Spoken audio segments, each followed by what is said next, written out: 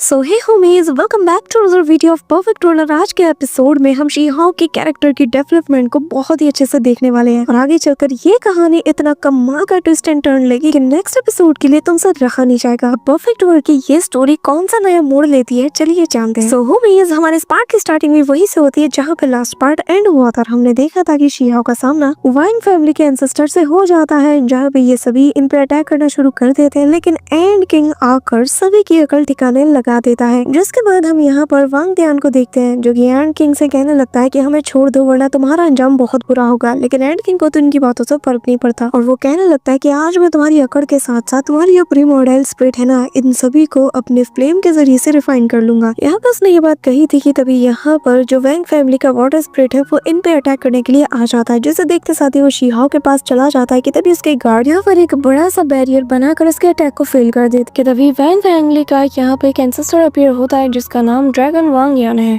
जो यहाँ पे आते साथ ही शी-हॉ और बाकी सभी को ऑर्डर देता है कि मेरे लोगों से दूर रहो। लेकिन यहाँ पे एंड किंग कहाँ सुनने वाला था, वो कहता है कि कभी नहीं, तुम लोगों को तो सबक सिखाना ही पड़ेगा। और फिर वो यहाँ पर अपनी फ्लेम के जरिए से इन लोगों को लगातार रिफाइन करना शुरू कर देता है, जिसके चलते से काफी ज्यादा पेन होता है। इस दौरान शी-हॉ आगे बढ़ते हुए अपने पावर की ऑरा को रिलीज करता है। अभी यहाँ हम देखते हैं कि ये जो ड्रैगन था इसे काफी ज्यादा गुस्सा आता है और वो दहाड़ मारते हुए कहने लगता है कि तुम लोग नहीं सुधरोगे, मैंने तुम्हें मौका दिया था लेकिन अब लगता है कि तुम लोग को हर हाल में मरना ही है। ये कहते साथ ही वो यहाँ पे नॉर्मल फॉर्म में आ जाता है और यहाँ पे नौटंकी करना शुरू कर देता है और वही बड़ी बड़ी बातें कि मैं तुम्हारा ये कर दूंगा वो कर दूंगा, मौका दे रहा हूँ, चलो चुपचाप मेरे साथ बातचीत करके इस मामले को हल कर। यहाँ पे शी-हॉ की सटक चुकी थी, वो यहाँ पे कहने लगता है कि तुम लोगों को शर्म नहीं आती। हाँ, वहाँ पे बॉर्डर एरिया पे अभी भी हमारे लोग डेडली बैटल्स लड़ रहे हैं, लेकिन तुम लोगों को यहाँ पर बस अपने फायदे की पड़ी है। तुम्हारी रोटियां सिक जाए, बाकी अगला वाला इंसान जिए मरे, तुम्हें किसी बात की परवाह नहीं। लेकिन चिंता मत करो, आज तुम्हारी अक्ल मैं ठिकाने लगा के रहूंगा। आज चाहे कोई भी आ जाए, कोई भी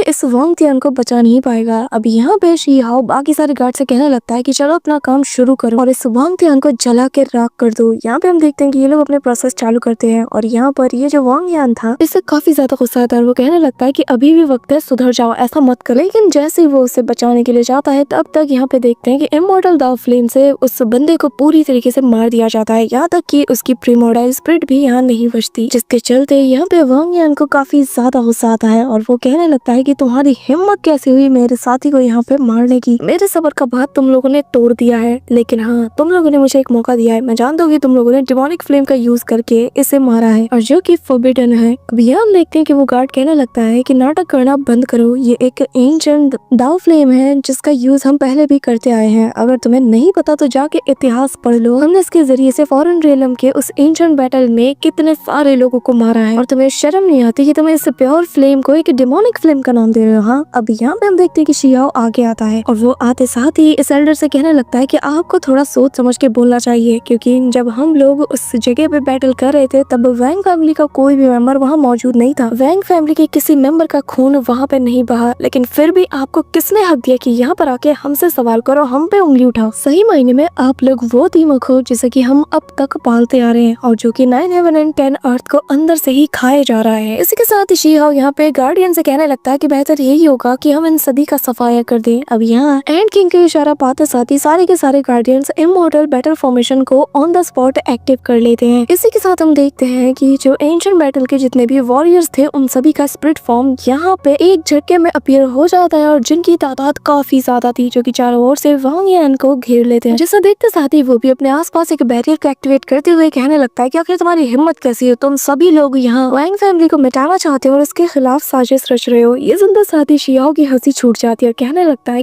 कि तुम्हारी याददाश्त ना बिल्कुल तुम्हारी तरह ही एकदम बकवास है। जरा याद करो कि आखिर वांग फैमिली के जो एंशिएंट एंसेस्टर है उन्होंने क्या क्या था। और मैं तुम्हें याद दिला देता हूँ, जब ग्रैंड एल्डर वहाँ तुम्हारे वांग फैमिली के इलाके में गए थे तब तुम्हारे जो एंसेस्टर है उन्होंने डील किया था और एक लिखित वारंट भी जारी किया था कि कोई भी आज से कोई भी वांग फैमिली का कोई मेंबर हुआंग और उसके दोस्तों के साथ नहीं भिड़ेगा। पर यहाँ हमें आए हुए 2 मिनट भी नहीं हुए थे, लेकिन तुम्हारे लोग तो हमें मारने पे उतर आए थे। तब बताओ आखिर तुम्हारे पास कौन सा एक्सक्यूज है, कौन सा रीजन है कि जिसके चलते हम तुम्हें छोड़ दें। यहाँ पे उस बंदे की बोलती बंद हो जाती है, पर तभी वो यहाँ पर इमीडिएटली अपने ड्रैगन फॉर्म में आते साथ ही अपने डोमेन को एक्टिवेट कर देता है और यहाँ अपने साथियों से कहने लगता है कि जल्द से जल्द यहाँ मौजूद सबको मिटा दो। लेकिन हाँ, शुरुआत इस हुआंग से होगा क्योंकि इसने मेरे नाक पे दम करके रखा है। है और फिर इन्हें खत्म करते साथ ही हम सभी के लिए एक बहुत बड़ा एग्जाम्पल सेट कर देंगे कि अगर वैंग फैमिली को छेड़ोगे तो फिर छोड़ेंगे नहीं। पर तब तक शीहाओ अपने दोस्तों के सामने आ जाता है, आते साथ ही अपने इमॉर्टल स्वॉर्ड को यहाँ पे समन कर लेता है। और यहाँ भाई साहब शीहाओ जब भी अपने रूथलेस फॉर्म में आता है तो कमाल का लगता है। यहाँ पे शीहाओ कहने लगता है कि आज मैं यहाँ सबके सामने वैंग फैमिली को ही खत्म कर दूंगा और इसकी शुरुआत तुमसे होगी। ये कहते साथ ही वो यहाँ पर कमाल का स्लैश अटैक करते हुए इसके वाटर डोमेन के अंदर जाने तक का एक रास्ता बना देता है और उसके अंदर जाते साथ ही वो यहाँ उनके सारे लोगों को स्ले करना शुरू कर देता है। इस दौरान यहाँ पर जो ड्रैगन था उसके ऊपर सारे के सारे गार्डियंस मिलके हमला करते हैं और ये फ्लेम इतनी ज्यादा भयानक थी कि यहाँ पे उसे अपने नॉर्मल फॉर्म में आना पड़ता है और वो अनकॉन्शियस होकर गिरने लगता है। लेकिन तब तक शीहाओ का एक स्लैश आता है और वैंग यान का हाथ काट के रख देता है। पर तभी पीछे से एक गार्डियन उस पर अपने स्पेयर से हमला करके इसका काम तमाम कर देता है, जिसके चलते ये दर्द के मारे चिल्ला उठता है और तभी ये इन सभी को कोसते हुए कहने लगता है कि तुम में से कोई नहीं बचेगा, सब के सब कुत्ते की मौत मारे जाओगे। बहुत ही जल्द रीइंफोर्समेंट टीम यहाँ पे आती होगी और फिर तुम लोग भी मारे जाओगे। वैंग फैमिली की ताकत को कम मत आंकना। जैसे ही 9 ड्रैगन्स और जो हमारे एंशिएंट एंसेस्टर है उन्हें इस बात की भनक लगेगी तो वो तुम सभी को मारने पहुंच जाएंगे और जिसके बाद तुम्हारी ये जो पूरी की पूरी तियानशिन एकेडमी है ना, इसका भी नामो निशान मिटा के रख दिया जाएगा। अब यहाँ पे हम देखते हैं कि एक बंदा जो था जो कि तियानशिन एकेडमी का डिसाइपल है, उसे बहुत गुस्सा आता है और वो कहने लगता है कि तुम्हें शर्म आनी चाहिए। तुम लोग वैंग फैमिली के मेंबर्स यहाँ पर चोरी करने आए थे हमारे ट्रेजर्स और हमारे स्क्रिप्चर्स की। तुम लोगों ने यहाँ पर हमें बुली किया और यहाँ पर नादान बनने की तुम कोशिश कर रहे हो। तुम्हें तो शर्म आनी चाहिए, कितना सब कुछ करके भी तुम यहाँ पर अपने फैमिली के नाम पे उछल रहे हो। यहाँ पे जैसे शीहाओ के कान में ये बात पड़ती है तो वो कहने लगता है कि अच्छा तो यहाँ पर ये लोग चोरी करने आए थे, क्या बात है वैंग फैमिली, तुम्हें ये चीज बिल्कुल सूट करती है। पर कोई बात नहीं, अब जबकि तुमने ये किया है और जिन वैंग फैमिली के 9 ड्रैगन्स और एंसेस्टर के नाम पे तुम इतना उछल रहे हो, चलो देखते हैं कि आखिर उनके पास कैसे ट्रेजर्स हैं और वो लोग हमारा क्या बिगाड़ते हैं। यहाँ पे शीहाओ सभी से कहने लगता है कि अब हम लोग वैंग फैमिली में जाएंगे, वहाँ जाकर उनके जो 9 ड्रैगन्स हैं उनका सामना करेंगे और अगर वो लोग हमें रोकने आते हैं ना तो मैं खुद अपने स्वॉर्ड से इन सभी को स्ले कर दूंगा। जिसके साथ ही यहाँ पे हम देखते हैं कि वो गार्डियंस इन सभी को उसी फ्लेम के जरिए से बिल्कुल चला देता है और इनका नामो निशान तक नहीं बचता। और अब शीहाओ के कहने पर पूरी की पूरी तियानशिन एकेडमी उनके वॉरशिप में बैठकर निकल पड़ती है वैंग फैमिली और उनके मेंबर्स का हंट करने। और यहाँ शीहाओ बताने लगता है कि रास्ते में जो भी वैंग फैमिली का मेंबर या उनका फैमिली ब्रांच मिलेगा उन सभी को मिटा के रख देंगे और जिसके बाद हम 9 हेवन एंड 10 अर्थ को हमेशा हमेशा के लिए गद्दारों से आजाद कर देंगे। इसी के साथ शीहाओ और उसकी पूरी टीम ईस्टर्न एरिया में निकल जाती है जहाँ पे वैंग फैमिली की जो इंटेलिजेंस ब्रांच फैमिली है वो मौजूद थी, जहाँ पे इनके पावरफुल बैरियर को तोड़ते साथ ही वॉरशिप अंदर आ चुका था और यहाँ पर सभी लोग अपना कहर मचाना शुरू कर देते हैं। और शीहाओ को एंड किंग बताने लगता है कि ये जगह पहले एंशिएंट रूइन का हिस्सा थी लेकिन इन लोगों ने जबरदस्ती यहाँ पे अपना कब्जा कर लिया। वीडियो में आगे बढ़ने से पहले गाइस मैं तुम सभी को बताना चाहती हूँ कि जैसे हम हमारे यहाँ इस यूट्यूब चैनल पर काफी सारे दोंगा को अपलोड करते हैं, बट इनमें से कुछ ऐसी दोंगास भी हैं जिन्हें कि हम अपने फेसबुक पेज पे अपलोड करने वाले हैं। BTTH सोललैंड, रेनेगेड इमॉर्टल, परफेक्टेबल, ये सब तो तुम यूट्यूब चैनल पर देखते ही हो, लेकिन द लेजेंड ऑफ जियान वो, बियॉन्ड द टाइम्स और ऐसी काफी सारी कमाल की जो सीरीज है उन सभी को हम अपने फेसबुक पेज पर अपलोड करने वाले हैं। सब कुछ रेडी है, बस तुम्हें जाना है और जाकर अभी के अभी पेज को फॉलो करना है और जिसका कि लिंक तुम्हें डिस्क्रिप्शन में मिल जाएगा या फिर कम्युनिटी पोस्ट में तो मिल ही जाएगा। So move to the story. इसी के साथ एंड किंग बताने लगता है कि यहाँ पर इन सभी का नामो निशान हमें मिटाना होगा। आखिर इनकी हिम्मत कैसे हुई ऐसी जगह को अपना बनाने की। यहाँ पे हम देखते हैं कि शीहाओ अपनी थंडर और एंड किंग अपनी फ्लेम पावर का यूज करते साथ ही वहाँ मौजूद इनके सारे ठिकानों को पूरी तरीके से तहस नहस कर देते हैं, साथ ही उन जगह को भी जहाँ से ये लोग रिसोर्सेज को भी चुरा रहे थे। अब यहाँ पे जो इनका ईस्टर्न इंटेलिजेंट पैलेस था इसे डिस्ट्रॉय करने के बाद अब ये लोग वेस्टर्न इंटेलिजेंट पैलेस को भी पूरी तरीके से धराशायी करने के लिए निकल पड़ते हैं, जहाँ पर आते साथ ही शीहाओ एक जोर का मुक्का सामने मौजूद गार्ड पे मारता है, जिसके बाद उसके स्पेयर का यूज करते हुए उसे पूरी तरीके से निपटा देता है और बहुत बेरहमी के साथ यहाँ उसका सफाया कर देता है। अब यहाँ शीहाओ उसके मेमोरीज को जब सर्च करता है तो उसे पता चल चुका था कि यार पूरी की पूरी वैंग फैमिली ही इसमें मिली हुई है। इन लोगों ने हमारे जो ग्रैंड एल्डर है इनकी गैर मौजूदगी का फायदा उठाकर तियानशिन एकेडमी के रिसोर्सेज को हथियाने का प्लान बनाया था। यहाँ पर जैसे ही शीहाओ को ये पता चलता है तो उसकी सटक चुकी थी। वो यहाँ पर अपनी थंडर एनर्जी का यूज करते साथ ही पूरे के पूरे बेस को ही उड़ा के रख देता है और फिर यहाँ पर इन लोगों के करीब बढ़ते हुए कहने लगता है कि तुम लोगों को शर्म आनी चाहिए। आपदा में अवसर कैसे ढूंढना चाहिए कोई तुम लोगों से सीखे। यहाँ पर हमारी पूरी की पूरी रियलम खतरे में आ चुकी है और तुम लोगों को यहाँ अपने फायदे की पड़ी है। हाँ, पर तभी हम देखते हैं कि यहाँ पर इनका जो कमांडर है वो आ जाता है। आते साथ ही सबसे पहले 9 ड्रैगन और एंसेस्टर को इस बारे में इन्फॉर्म कर देता है कि यहाँ पर हमारे आधे से ज्यादा क्लैन मेंबर्स मारे जा चुके हैं। वांग और ध्यानचंद एकेडमी इसमें शामिल है और अब आप लोगों को इसके अगेंस्ट एक्शन लेना ही होगा। कि तभी हम देखते हैं कि रीइंफोर्समेंट टीम यहाँ पर अपने जो बैटल फ्लैग है उसके साथ आ जाती है और तभी हमें यहाँ पे एक बड़ी सी कैरियर दिखाई जाती है जिसके अंदर जो रीइंफोर्समेंट टीम का लीडर है वैंग ज़ेन वो मौजूद था और वो शी हाओ से कहने लगता है कि हुआंग, मुझे लगा नहीं था कि इतने दिनों बाद तुम यहाँ पर मुझे दिख ही जाओगे। यहाँ पे शी हाओ फुल रोस्ट मूड में था और वो कहने लगता है कि तुम्हें शर्म आनी चाहिए, यहाँ पर तुम हमें घेरने के लिए पूरी की पूरी आर्मी को लेकर आ गए हो, जबकि तुम्हें तो इस वक्त हमारे बाकी के लोगों का साथ देना चाहिए जो कि बॉर्डरलैंड पर हमारी जमीन को बचाने के लिए फाइट कर रहे हैं। वो तो शुक्र मनाओ कि यहाँ पर मैं सब कुछ जानते हुए भी इज्जत से बात कर रहा हूँ, वरना मेरे मुंह से ज्यादा मेरे हाथ चलते हैं। अब यहाँ पे हम देखते हैं कि वैंग ज़ेन कहने लगता है कि तुम सच में बहुत ही ज्यादा रूड हो, लेकिन मैं तुम्हारे मुंह लगना नहीं चाहता, मुझे बस तुमसे वो इमॉर्टल द स्क्रिप्चर की कॉपी चाहिए और कुछ भी नहीं, और अगर तुम रेजिस्ट करते हो तो तुम्हारा क्या अंजाम होगा इस बात का तुम अंदाजा भी नहीं लगा सकते। कि तभी यहाँ पर फैट गाय कहने लगता है कि अपना मुंह बंद रखो, तुम क्या कर सकते हो इस बारे में हमें अच्छे से पता है, और अपनी फैमिली और इस आर्मी के डींगे हाँकना बंद करो। अब यहाँ पे हम देखते हैं कि वो